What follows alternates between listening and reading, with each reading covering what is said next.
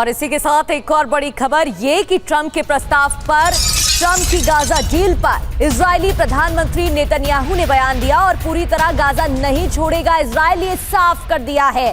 Gaza से पूरी तरह नहीं लौटेंगे इजरायली सैनिक, जल्द से जल्द बंधकों को रिहा करे हमास।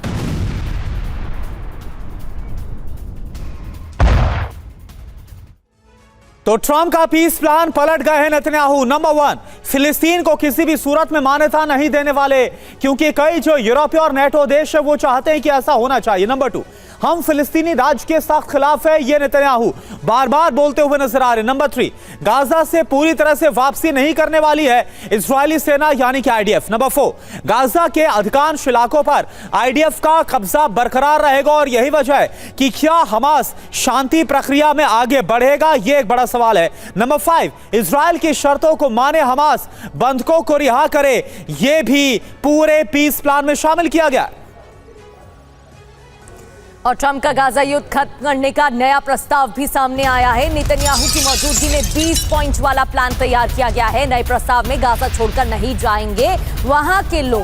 हालांकि पुराने प्रस्ताव में कई बातें लिखी गई थी, लेकिन नए प्रस्ताव में ये एडिशन है, ये चेंज किया गया है कि गाजा छोड़कर नहीं जाएंगे वहां के लोग। नए प्रस्ताव में गाजा पर नहीं होगा इजरायली कब्जा।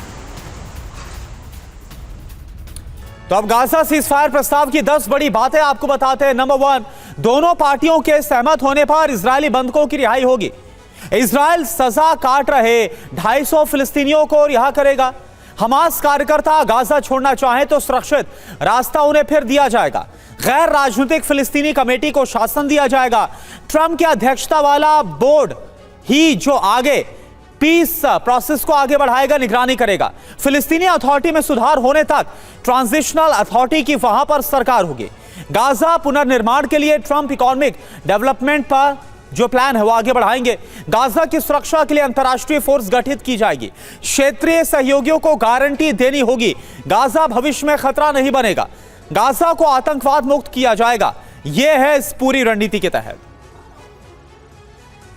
वहीं ट्रंप के शांति प्रस्ताव पर अरब मीडिया के सवाल भी उठ रहे हैं। गाजा में शासन का मॉडल क्या होगा, ये पूछा जा रहा है। अंतर्राष्ट्रीय फोर्स का गठन कैसे किया जाएगा, क्योंकि बात तो हो रही है, लेकिन क्या ये इतना आसान है, कितना चैलेंजिंग होगा? आईडीएफ गाजा छोड़कर इजरायली वापस कब लौटेगी, ये सवाल भी पूछा जा रहा है। तो ट्रंप के मसौदे पर सवाल भी उठ रहे हैं, ऐसा क्यों हो रहा है? अब देखिए, गाजा शासन का पूरा मॉडल क्या है, यह आपके लिए समझना बहुत जरूरी है। गैर राजनीतिक फिलिस्तीनी कमेटी जमीनी मामलों को देखेगी, यह है गाजा शासन का जो मॉडल पेश किया जा रहा है। लेकिन साफ नहीं है कि कमेटी के सदस्यों का चयन आखिर कौन करेगा, यानी कि एक असमंजस की स्थिति बनी हुई है। बिल्कुल करुणा, साथ ही पीएस सरकार में शामिल होगी या नहीं, यह भी सवाल है। फिलिस्तीनी अथॉरिटी में सुधार होने तक गैर राजनीतिक फिलिस्तीनी कमेटी की सरकार रहेगी। कई सवाल अब इस पर खड़े हो रहे हैं।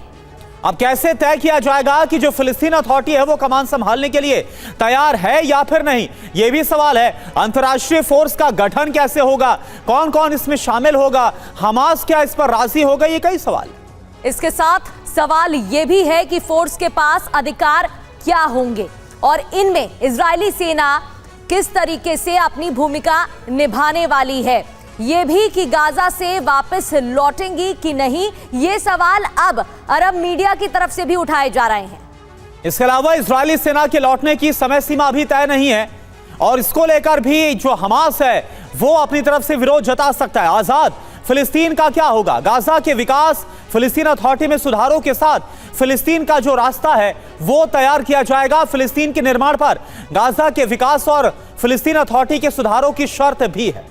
साथ ही फिलिस्तीन की स्थापना को अधिकार नहीं माना गया है, ये बात भी इसमें शामिल की गई है। और ये वो तमाम सवाल हैं जो इसके साथ ही उठाए जा रहे हैं।